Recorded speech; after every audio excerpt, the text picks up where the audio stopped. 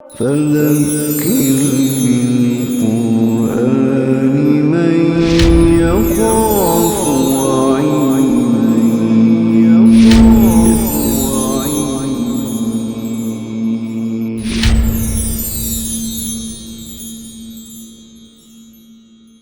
لفظ اللہ عربی زبان میں اللہ تعالیٰ کے لیے بنا تھا اور صرف اللہ تعالیٰ کے لیے بولا جا سکتا تھا، جیسے انگریزی میں کیپٹل جی والا گاڈ۔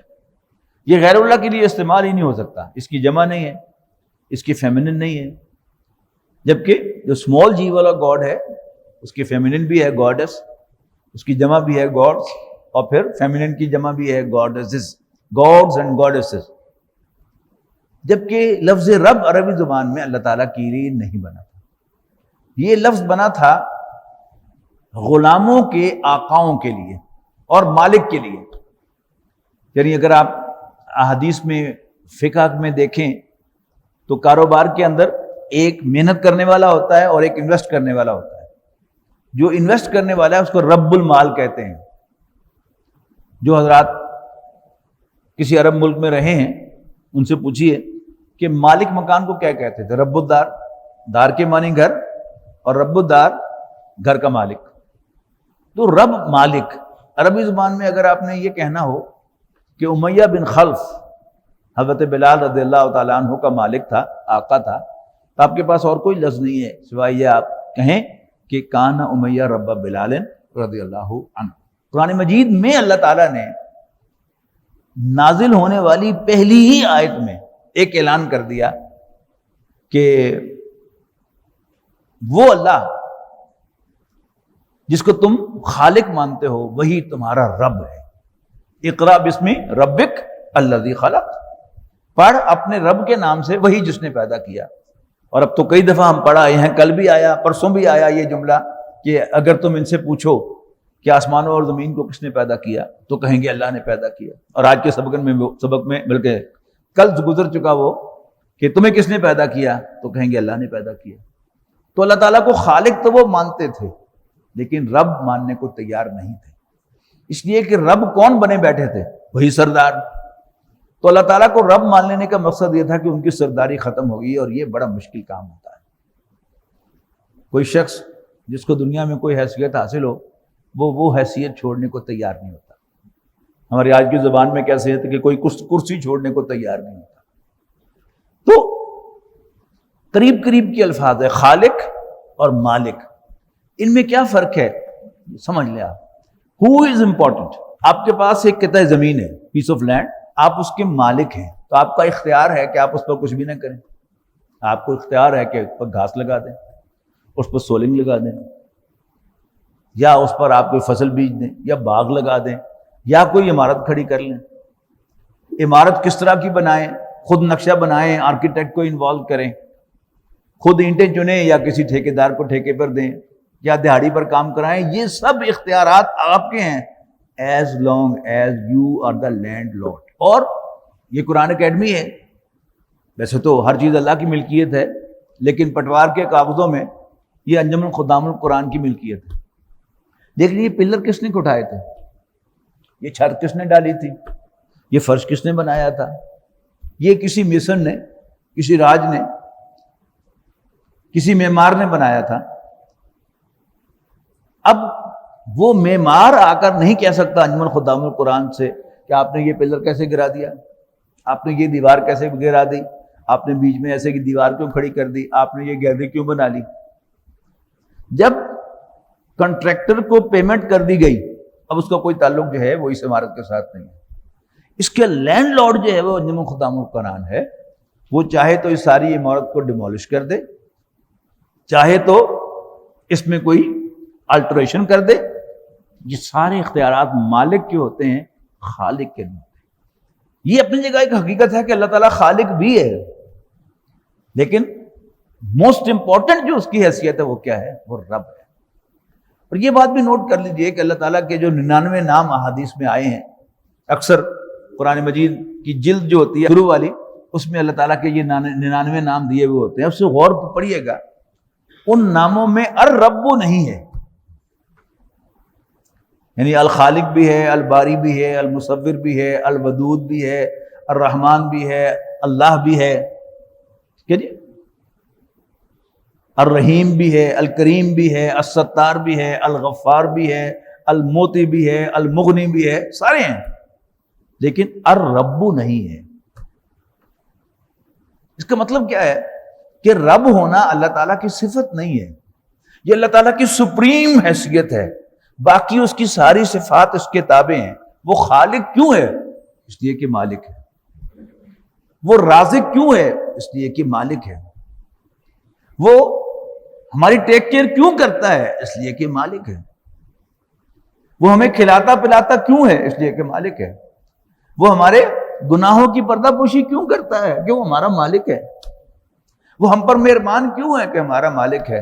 وہ ہماری سرورش کیوں کرتا ہے؟ اس لیے کہ ہمارا مالک ہے۔ اگر ہم بغاوت کریں تو سزا کیوں دیتا ہے؟ اس لیے کہ ہمارا مالک ہے۔ تو اللہ تعالیٰ کی وہ سپریم حیثیت جو ہے وہ کیا ہے؟ اللہ تعالیٰ کا مالک ہونا۔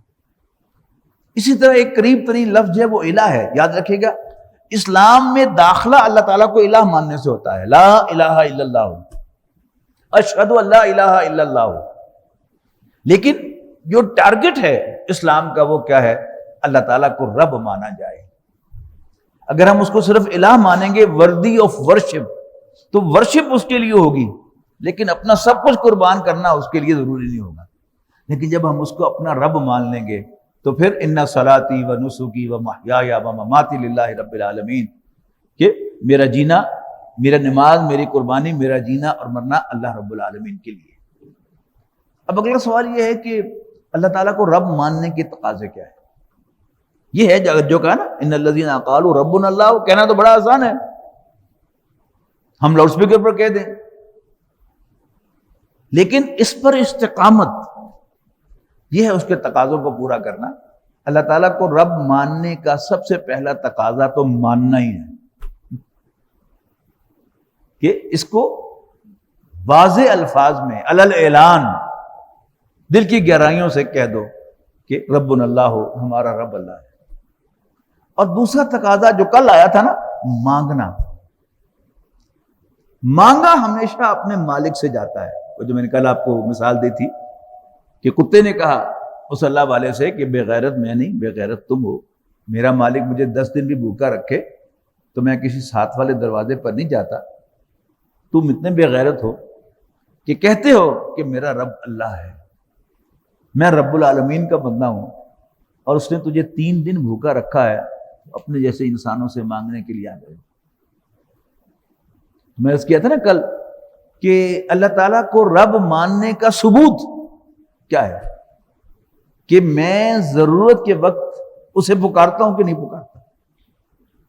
اگر تو میں اپنی ہر ضرورت کے وقت، ہر پریشانی میں اسی کو پکارتا ہوں، یا اللہ ربی ربنا، پھر تو واقعی وہ میرا رب ہے، اور میں زبان سے کہتا ہوں کہ میرا رب ہے، لیکن میں اپنی ضرورت میں کسی اور کو پکارتا ہوں، تو پھر اس کا مطلب یہ ہے کہ میں اللہ کو اپنا رب نہیں مانتا۔ پھر تیسرا تقاضا کیا ہے کہ سورہ فاتحہ میں دیکھیں نا، ایاک نعبد و ایاک نستعین، اے اللہ ہم تیرے ہی بندے اور تجھ ہی سے مدد مانگتے ہیں۔ یعنی بندہ یا غلام تو ایک بہت ہی زبردست ایکسپریشن ہے۔ ایون ایمپلائی جب کسی امپلائر کو اپنا امپلائر مانتا ہے تو اس کو رپورٹ کرتا ہے جا کے، سر میں آگے دسو کی کرنا، وہ ہے اللہ تعالیٰ سے ڈائریکشن لینا، ایاک نعبد و ایاک نستعین، اے اللہ ہم تیرے بندے اور تجھ ہی سے مدد مانگتے ہیں، اور مدد کیا ہے؟ اہدنا الصراط المستقیم، ہمیں سیدھا راستہ دکھا۔ تو اللہ تعالیٰ کو دل کی گہرائیوں سے ماننا اور اس کا اعلان کرنا، اللہ تعالیٰ ہی سے مانگنا، اللہ تعالیٰ ہی سے ڈائریکشن لینا۔ اس میں ایک اور بات جو ہے وہ عرض کر دوں کہ رب کا ترجمہ کیا جائے۔ شاہ ولی اللہ رحمۃ اللہ علیہ نے جب پہلا فارسی ترجمہ کیا ہندوستان میں، تو انہوں نے رب کا ترجمہ پروردگار کیا، جس کا مطلب ہے پالنے والا۔ تو اکثر اردو تراجم میں یہی ترجمہ ہو گیا، پالنے والا، لیکن پھر کئی جگہ جا کے پریشانی بھی ہوئی، یعنی آخری 2 صورتیں ساتھ ساتھ ہے نا، تو تراجم میں آپ پڑھیں تو کہتے ہیں کہ قل اعوذ برب الفلق، کہو میں صبح کے مالک کی پناہ میں آتا ہوں. اگلی صورت میں جا کہتے ہیں قل اعوذ برب الناس، میں لوگوں کے پالنے والے کی پناہ میں آتا ہوں. لیکن جن حضرات کا انگریزی کے ساتھ زیادہ کچھ واسطہ ہے اور انگریزی تراجم ان کی نظر میں ہے، تو بہت فرینکلی جو انگریزی تراجم میں رب کا ترجمہ لارڈ کیا جائے گا، آقا کیا جائے گا. تو میں سمجھتا ہوں کہ انگریزی میں رب کا ترجمہ لارڈ ہے، فارسی میں اس کا ترجمہ آقا ہے، اردو میں بھی کلاسیکل اردو میں اس کا ترجمہ آقا ہے. پنجاب کی شہری زبان میں اس کا ترجمہ میاں ہے، اللہ میاں کہتے ہیں نا شہری لوگ عام طور پر. اور پنجاب کی دیہاتی زبان میں اس کا ترجمہ چودھری ہے.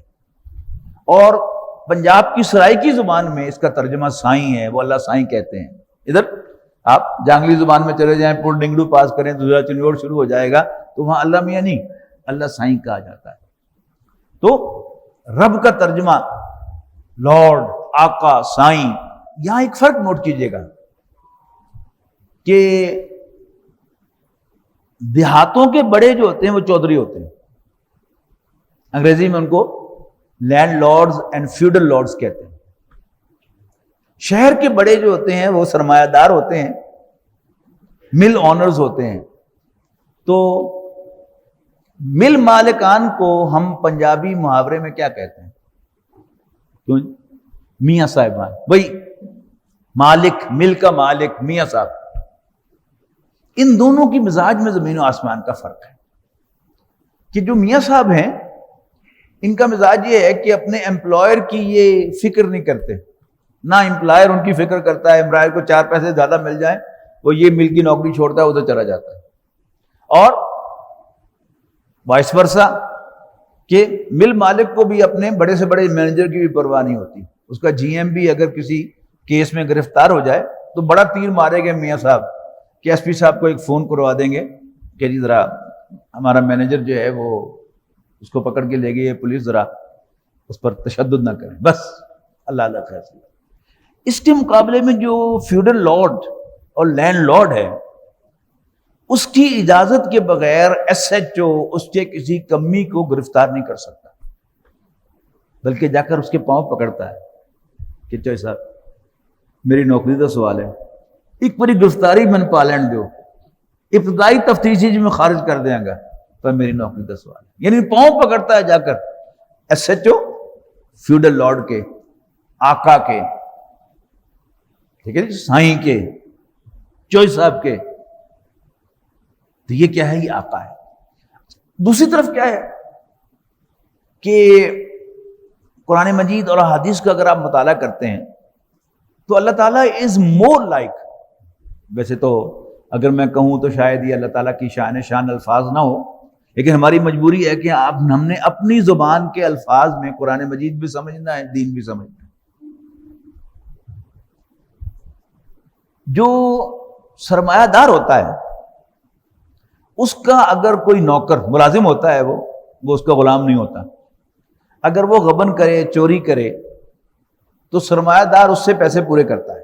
وہ اکاؤنٹنٹ سے کہتا ہے کہ حساب کرو کہ اس کے ذمہ کتنے پیسے بنتے ہیں، اور پھر اس کے خلاف اس کی گھر والوں کو پہلے پیغام بھیجتا ہے کہ تمہارے آدمی نے اتنا غبن کیا، اتنے پیسے دے جاؤ تو بندہ لے جاؤ ورنہ ہم پولیس میں پرچہ کٹا دیں گے اس کے خلاف. ویئرز ایک سائیں کا، فیوڈل لارڈ کا یا لینڈ لارڈ کا جس کے لفظ کے نام کے ساتھ لارڈ لگا ہوا ہے، اس کا کمی جب چوری کرتا ہے تو وہ سمپلی اس کو بلاتا ہے ذرا، اور اگر وہ ہاتھ جوڑتا ہوا آ جائے میرا سائیں چوری صاحب میں نوکر تاڑا، میں غلام تاڑا، اس کو بس ایک آدھ ٹھوڈا مارے گا، ایک آدھ گالی دے گا and the matter is finished. کب ہم نے پڑھا سورہ زمر کے اندر قل یا عبادی الذین اسرفوا علی انفسہم، کہہ دو اے میرے وہ بندو جنہوں نے اپنے اوپر ظلم ڈھایا ہے، لا تقنطوا من رحمت اللہ، اللہ کی رحمت سے مایوس نہ ہونا، ان اللہ یغفر الذنوب جميعا، اللہ تعالیٰ تو سب کے سب گناہ معاف کر دیتا ہے. بڑا ایک خوبصورت واقعہ ہے، نبی اکرم صلی اللہ علیہ وسلم نے ارشاد فرمایا کہ بنی اسرائیل میں سے ایک شخص، اس نے 99 قتل کیے ہوئے تھے، تو خیال آیا کہ بس بہت کر لیا میں نے، تو میرے لیے کوئی گنجائش ہے؟ تو ایک عالم کے پاس گیا اور اس نے کہا کہ جی میں نے 99 قتل کیے ہیں، تو میرے لیے کوئی گنجائش ہے؟ اس نے کہا لا حول ولا قوت الا باللہ، تورات میں تو آیا ہے کہ ایک آدمی کا قتل جو ہے پوری نوع انسانی کا قتل ہے، تم نے تو 99 قتل کیے ہیں، کوئی گنجائش نہیں۔ اس نے کہا چلو میں سینچری پوری کر لوں، اس کو اس نے قتل کر دیا۔ اب 100 قتل ہو گئے، کچھ عرصے کے بعد پھر اسے خیال آیا کہ میں نے بہت ظلم کما لیا، تو شاید میرے لیے کوئی گنجائش نکل آئے۔ اب وہ کسی اور اللہ والے کے پاس گیا، اس نے جا کر کہا کہ جی میں نے 100 قتل کیے ہوئے ہیں، تو میرے لیے کوئی گنجائش ہے؟ تو انہوں نے یہی بات کہی، ہاں ہاں جلدی جلدی توبہ کر لے، ابھی توبہ کر لے، دیر نہ کر، اللہ بڑا بخشنا ہے۔ اس نے توبہ کر لی۔ تو نبی اکرم صلی اللہ علیہ وسلم فرماتے ہیں کہ وہ اب وہاں سے گھر کی طرف چلا توبہ کرنے کے بعد، تو راستے میں اسے موت آ گئی۔ اب دونوں طرف کے فرشتے آ گئے اس کی روح قبض کرنے کے لیے، جو نیکوں کی روح قبض کرنے والے بھی اور باغیوں کی روح قبض کرنے والے بھی، وہ کہیں ہمارا آدمی ہے، وہ کہیں ہمارا آدمی ہے۔ تو اللہ تعالیٰ کی حضور کیس پیش کیا گیا کہ کون اس کی روح قبض کرے۔ تو اللہ تعالیٰ نے فرمایا کہ جگہ ناپ لو، اگر اس نے آدھے سے زیادہ فاصلہ طے کر لیا ہے تو پھر اسے نیک کنسیڈر کر لو، اور اگر آدھے سے کم فاصلہ طے کیا ہے تو پھر اس کو برا کنسیڈر کر لو۔ تو نبی اکرم صلی اللہ علیہ وسلم گواہ ہیں، وہ گواہی جھوٹی نہیں ہو سکتی نا۔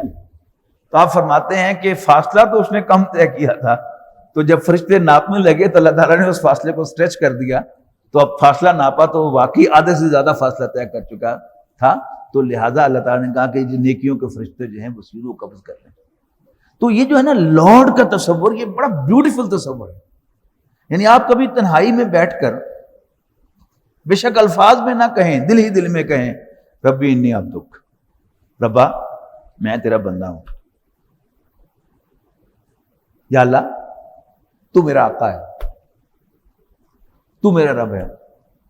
شاید اپنی زندگی میں اتنا لطف کبھی نہ اٹھایا ہو جتنا آپ یہ کہنے میں لطف اٹھائیں گے کہ ربا میں تیرا بندہ ہوں، تو میرا رب۔ یہاں تک آتا ہے کہ نبی اکرم صلی اللہ علیہ وسلم فرماتے ہیں کہ ایسا بندہ جو ہے وہ کئی دفعہ الٹ بات کہہ جاتا ہے، اللہ تعالیٰ سے کہہ جاتا ہے کہ تو میرا بندہ ہے، میں تیرا رب ہوں، تو اللہ تعالیٰ کو اس پر بھی اس وقت پیار آتا ہے۔ تو اللہ تعالیٰ کو رب ماننا اٹس امیزنگ، نا؟ تو غلطی ہو جائے تو اپنے رب سے معافی مانگنا۔ یہ جو فیوڈل لارڈ کا میں نے ذکر کیا نا، کہ ایز لانگ ایز ایک فیوڈل لارڈ کا کمی وہ اسی کے سامنے آ کے ہاتھ جوڑتا ہے تو اس کو ایک آدھ گالی دے کے اور ایک آدھ ٹھوڈا مار کے معاف کر جگ تباہ۔ لیکن اگر اس کو یہ پتا چلے کہ میرا کوئی بندہ، میرا کوئی کمی، میرا کوئی غلام اس نے میرے شریکوں کے ساتھ جا کے ہاتھ ملایا ہے، ان سے جا کر ہیلو ہائی کی ہے، تو پھر وہ باقاعدہ اسے مروا دیتا ہے۔ تو اللہ تعالیٰ کیونکہ رب ہے، ایز لانگ ایز ہم اسے ہی مانتے رہیں، معافی بھی اسی سے مانگیں، یعنی نافرمانی بھی اسی کی ہو جائے ہم سے، اور پھر ہم معافی بھی اسی سے مانگیں، تو اللہ تعالیٰ جو ہے وہ ری ایشور کرتا ہے بار بار بار بار بار بار کہ میں تو سب گناہوں کو بخش دیتا ہوں، بس تم میرے سے معافی مانگ لو آ کر۔ پھر پروٹیکشن، میں نے عرض کیا نا کہ میاں صاحب جو ہیں وہ اپنے جی ایم کو بھی پروٹیکٹ نہیں کرتے، لیکن چوئی صاحب جو ہیں وہ اپنے غلاموں کو پروٹیکٹ کرتے ہیں۔ تو اللہ تعالیٰ سے تعوذ طلب کرنا، پناہ طلب کرنا، یہ بھی کیا ہے؟ اللہ کو رب ماننے کا ایک تقاضا ہے۔ ٹھیک ہے نا؟ اور پنجابی میں تو آپ کو معلوم ہے نا، اگر کسی کو یہ کہنا ہو کہ ٹھیک ہو جا، تو اس کا بامحاورہ ترجمہ کیا ہے؟ بندہ بن جا۔ تو چلو آئیے ہم بھی بندے بن جائیں۔